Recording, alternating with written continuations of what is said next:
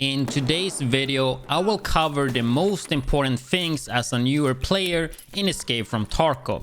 There will be some basics, but the focus on this video will be things that I wish that I knew when I started and would have made me improve even faster than I did. Compared to a lot of other beginner guides and tips videos I watched when I was new, I do have different takes and opinions on a few things, and that's basically why I'm making this video. I will not go super in depth about everything, but I will point you to where you can find the information and learn, since a lot of the stuff you do need to look up multiple times to actually remember, and I don't want the video to become 1 hour long. The focus for me in most games is usually how can I improve as fast as possible, and there was no difference with Tarkov. So in this video, I will give you my best tips and advice on how to improve and get familiar with the game as fast as possible. If you're interested in more Tarkov guides, I have a few on my channel already, with a lot more coming in the upcoming weeks. So make sure you hit that subscribe button. I also do stream Tarkov daily on twitch.tv/widdz, so if you have any Tarkov related questions or just want to watch the stream and hang out, then feel free to join. With that said though, let's get the video started. So before I even go through some of the basics, I think it's extremely important to talk about the most important thing, which is your mindset when you're getting into Escape from Tarkov. Tarkov is one of the few games out there right now that actually doesn't hold your hand at all.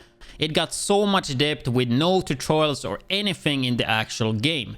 You will definitely struggle a lot in the beginning and you will die a lot on the journey, but even the best players in this game dies quite a lot if you compare to other games. That's just how Tarkov is. So keep that in mind and try to look at every death and all struggle as experience and just learn from it. Because in the end, Tarkov is so much about experience and knowledge. With that said though, let's start off with some basic stuff first that you might have seen in other videos, but I think it's important to at least mention them in case this is your first beginner guide video that you are watching. So your new favorite website is gonna be Tarkov Wiki, which is insanely good and has all types of information that you need to learn to master Escape from Tarkov. So on the Tarkov Wiki, you have all the info about quests, items, ammo, armor, and anything really related to Tarkov. So starting with the ammo, which is extremely important. So the way that I learned about ammo was to always look up the ammo I had in my gun, especially if I was playing as a scav. So just press Alt-T in the game and it will tell you the name. And then I would go to Tarkov Wiki Ballistics, and then I would look for the ammo I had, and important stats to look for here is the flesh damage and armor penetration. A really easy way to understand armor pen is to take away the last number. For example, 40 armor pen will work extremely well against tier 4 armor and below, but on a tier 5 armor and above it will struggle quite a bit to pen. I would recommend to use Veritas Battle Buddy app on your phone if you want to go more in depth and understand the armor pen. In general, you want to try to have ammo that can at least pen tier 4 reliable. So around 37 plus in pen, I would say. Of course, this can be rough in the beginning when you don't even have fleece, so you just gotta use what you can use. Same thing with armor here, we got a lot of depth there too. It have different materials that can tank differently, armor tiers, and much more. I did make a video last week when I went a bit more in depth about armor, so I would recommend you to watch that video. In general, I would recommend level 2 armor such as P.A.K.A. against scavs, and early game if you can try to get a tier 4 against players. But of course in the beginning you gotta use what you can, and obviously using a tier 5 or tier 6 armor is obviously better, but usually tier 4 can help you quite a bit for the price you pay for it. Then you also have quests in the game and they can be quite confusing if you don't look them up. So go to Tarkov Wiki, just type the name of the quest and you can see what you need and where you need to go. I even used this wipe when I was going for Kappa, just so I could check what quests come after some of the quests so I could prepare a bit ahead. Then we also have items, and god does Tarkov have a lot of items. You want to learn what is worth to keep and what not.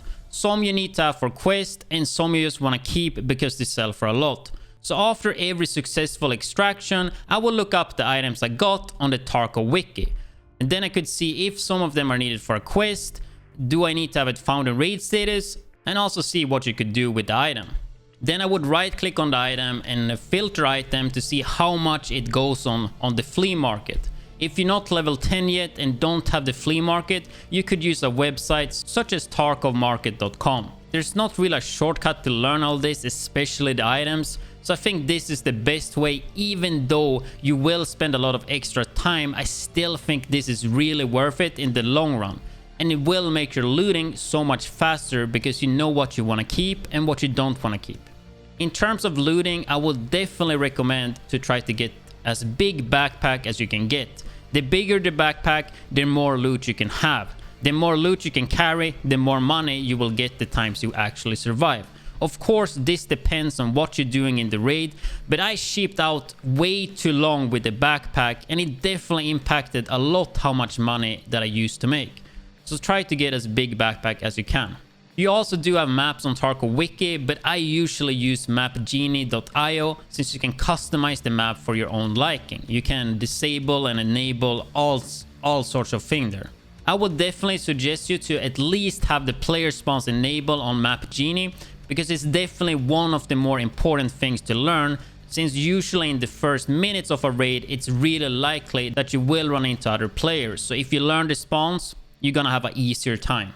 But honestly, a lot of that will just come with experience, just as everything else in this game. So before we get into an actual raid, I think there is more stuff that you want to prepare and think about.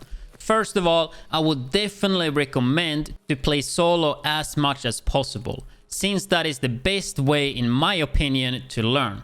Unless you do have some friends that will actually teach you. But a lot of times, if you are new and you play with experienced friends, you're just gonna end up following them around and you're not gonna learn much at all. So I definitely recommend solo if you want to learn as fast as possible.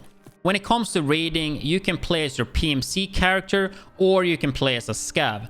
I would highly recommend as a newer player to play the scavs as much as possible, since when you play a scav you do get a free loadout every single time, and it's a great way to learn the basics of maps and potentially get out with free loot. Also, it is worth to note that you can play offline raids with your PMC, which is also a good way to learn the basics and maps without losing anything. Everything you bring into an offline raid will not be lost upon death or disconnect. Also, experience gain and loot will not be saved from the offline raid. So before I get into a PMC raid, I think it's super important that you actually have a plan before you start the raid.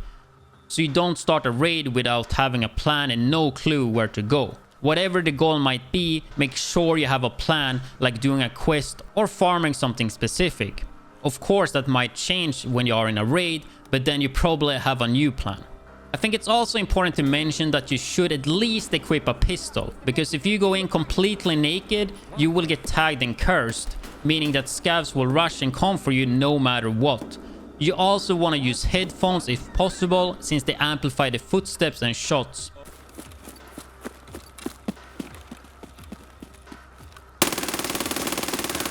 If you don't have headphones, you will be at a very big disadvantage against people that do use them, since they will be able to hear you way before you can hear them. And then they can just prepare for you, stand still, and you have no clue that they are there, and bam, you just died. So definitely always use headphones. One mistake I see a lot of new players make a lot is the gun and ammo. A lot of newer players put a lot of money on the actual gun, but they use really bad ammo. So when you actually get into a fight against a player, you will not stand a chance at all because your bullets doesn't pen the other player's armor. So I think it's important to focus more on the actual ammo than the gun itself. Or if you do decide to dig out a gun, then you gotta make sure you bring some good bullets as well. Never cheap out on the ammo. In the beginning, I think a SKS with PS ammo or BP, if you can afford that, is a perfectly cheap gun. The PS ammo is super cheap and available really early, but it only does have 32 pen, but it's actually not that bad. If you aim for the head, it will pen most of the face shields, so you should be fine against most players.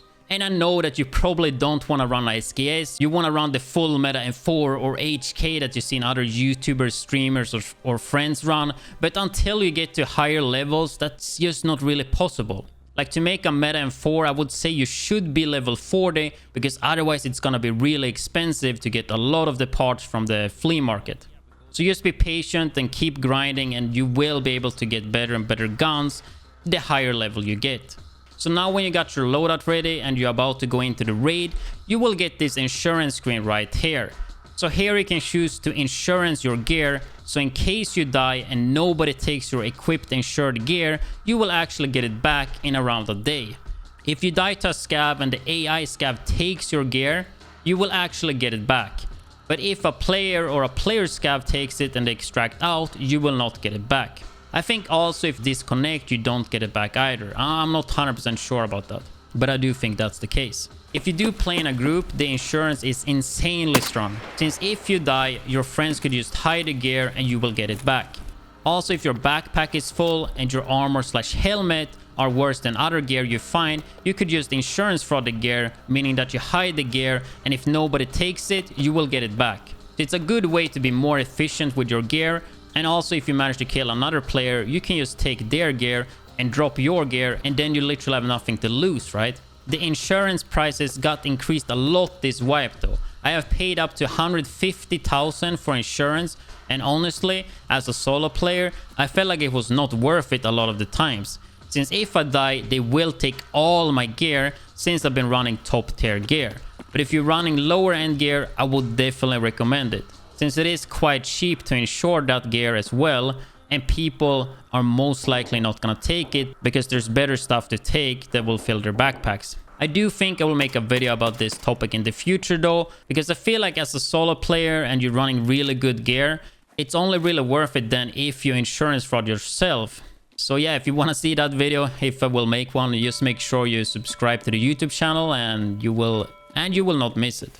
So whenever you get into a raid, I would also recommend, if possible, to try to make fast and effective rounds. In my opinion, it's more efficient to be fast in and out instead of staying 30 to 50 minutes in a raid.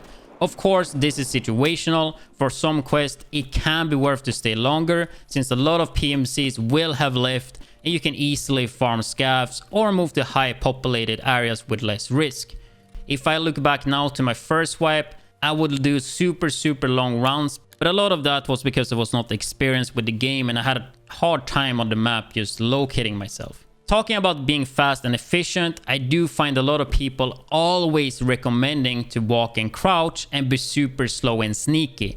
And this is one of the things that I personally regret the most when I started Tarkov. Yes, you might die a few times less, but since you don't know the map and the map flow that well, you're gonna die a lot anyway. If something that could take you 10 minutes takes 20 to 30 minutes more because you're only sneaking, maybe it would have been worth the risk to move faster, since you get way more out of your playtime if you play faster, and you will also become a better player faster because you're more efficient with your time. And if people manage to spot you when you're running like a madman, you are not as easy target as somebody being static or moving super slow. There is definitely times where you shouldn't sprint and play sneaky, but I would definitely recommend to move faster whenever it's possible. I know not knowing maps might be scary, but honestly, just fake this until you make it and you should be fine, and you will get as much as possible out of your play sessions, and that will make you a better player faster. Worth to note as well is if you play aggressive, there's definitely a lot of newer players that will see you sprint like a madman, but they won't engage you since they see that you're playing aggressive and you are also a hard target to hit when you are running compared to being static. So if they don't feel confident in their shot, they will just ignore you and they will do their farming or quest. You can of course play however you like, but this guide is my tips to learn the game faster. You might die a little bit more with this playstyle, but honestly, I remember the first wipe when I was super sneaky and played super slow, and then I would end up dying anyway, and that would make me kinda pissed off. So yeah, definitely don't be afraid to sprint in this game. And even if you would die a bit more by sprinting, this game is all about the mindset, and on every diff you have, you should look at it like you're getting more knowledge and experience, and that will make you a better player over time. Talking about being fast and efficient in raids, they recently changed how much experience or how long you have to stay in a raid to get a successful extraction and not a run through. So now you only have to be in the raid for 7 minutes or get 200 experience. Worth to note is that if you're playing as a scav, it will look at the session and not when you spawned in. So if the match have been going for 7 minutes, you could literally just extract instantly if you would spawn in as a scav. And this is good to know because maybe you spawn as a scav and you have an item that you do need found in raid status on, you could just instantly extract as long as 7 minutes have been going in the session. Also, while being in raid, it's worth to note that a lot of stuff makes tons of sounds in this game. Like checking if your gun is full auto or semi, yeah, it will make quite a lot of sound. If you ADS your gun, yep, it will make sound. Checking your inventory, yep, also will make sound. You do the tiniest movement, yep, that will also make sound. Almost everything you do will make sound. And sound is super important in Tarkov. So if you sit still somewhere and you want to look left or right, you want to use the free look. So just press the scroll down and then you can look. And that shouldn't make a sound, since it doesn't move your character. I would also recommend to not run super close to walls, since it will be super easy to spot you. You might feel safer because it's easier to predict where you're gonna get shot from, but you're such an easy and obvious target because your character will stand out like crazy. But even then, other players know that it's pretty common for people to go close to the walls, so that will be one of the first spots that people will look at. Also, when it comes to hills, I think it's better to be below them than being on top of them, especially talking shoreline, since you're super easy to get spotted if you're on top of them, but if you are being below them and there are multiple hills, you will be quite concealed compared to being on top of them. When it comes to looting, you want to make sure that the area is cleared. Just because you killed one player doesn't mean it's loot time. Usually in Tarkov, there's always one more player, or at least that's how you should think. And the more the popular game gets, the more common it is that people are actually playing in groups. So sweep the area a little bit extra before you loot, and if you don't feel like it's safe to loot the guy because it's super open, maybe you shouldn't loot him, unless the guy has super good gear and you're feeling greedy. Something else you really want to do when it comes to looting is to go up to the body and just press F quick and then just escape. And this is a really quick way to see how much the guy actually have on him. In the bottom right, you will see how much experience you have. If you get around 200 plus experience, then it would definitely be worth to loot the guy. If it's on like 15 or 50, then yeah, the guy's already been looted. When the raid is over, you can heal your character at Therapist. This is free for the early levels, but later you actually do have to pay for it. A good way that's actually cheaper and also gives you experience is to buy a Grizzly first aid kit. Then after the raid, you just untick the healing from Therapist and you go back to your stash and heal with the Grizzly. This will heal you and fix fracture and bleeds, and it will also give you experience. It is also the most cost-efficient healing item in the game, which you can grab on the flea market for around 20-25k, which is just a tiny bit more expensive than the popular Salva first aid. And that one only have 400 versus Grizzly's 1600, I believe it have. So you get a lot of healing for the money there. When you healed up after the raid, you want to go to the vendors and then go to task and turn in any quest that you had, since some of them have quest items that you picked up. So if you go in and die, you will lose the item and then you can't complete the quest. So don't do that mistake. Make sure you turn in the quest after you've done a raid, because I did that mistake multiple times in my first wipe, and I tell you, that was not fun. Then after that, I would take a look at the loot that you extracted with, check it on the wiki to see if it are needed for quest, what it does, and then take a look at the flea market to understand the value. Then you've probably seen in the menu that there is something called hideout.